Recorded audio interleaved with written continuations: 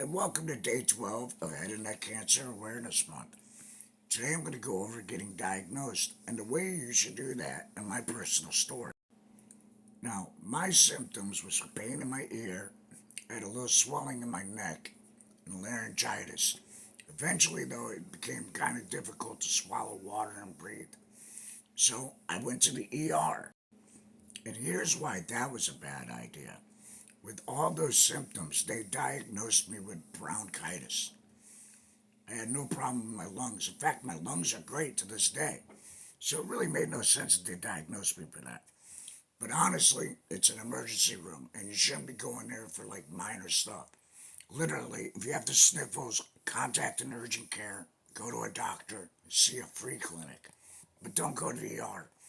Not only that, you're endangering yourself of getting even worse virus or anything else that's at the hospital.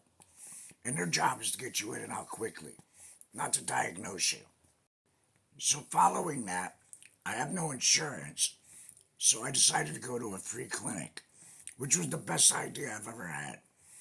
We ended up going to the free clinic, and the doctor there looked me over and then said, "It looks like you're going to have a rough 2020.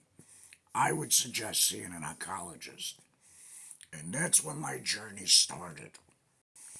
Now, I got lucky. This free clinic hooked me up with Rochester, which has a teaching hospital, and I was able to get a program before I can get insurance going. Then I was able to get things started. A lot of people didn't have that. I got very lucky on that aspect. But the point is, the free clinic is what saved me. And a free clinic can hook you up with an ENT, which can eventually diagnose you and see if you need to see an ornithologist, somebody that specializes in cancer in the head and neck area. But to be clear, you're going to want to see somebody that specializes in cancer.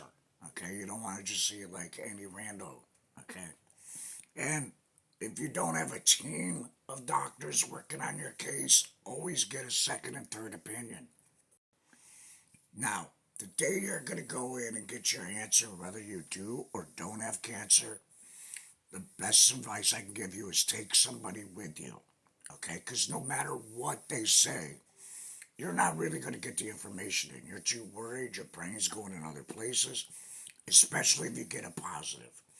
If you're positive for cancer, you're definitely going to want somebody else there because what the doctor says to you isn't going to register too much. You're not computing what they're saying whatsoever. Having somebody with you will actually help out a lot because they'll retain the information that you didn't get. And then you can work like a team. Make sure it's somebody you trust, like it's a spouse, a sibling, something like that. Somebody you really trust. Don't just take a distant friend you see every once in a blue moon. It's not a part.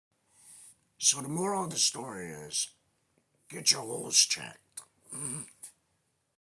With the rise of oral cancer, the rise of colon cancer, and cervix cancer, get your holes checked, everybody. Happy Head and Neck Cancer Awareness Month.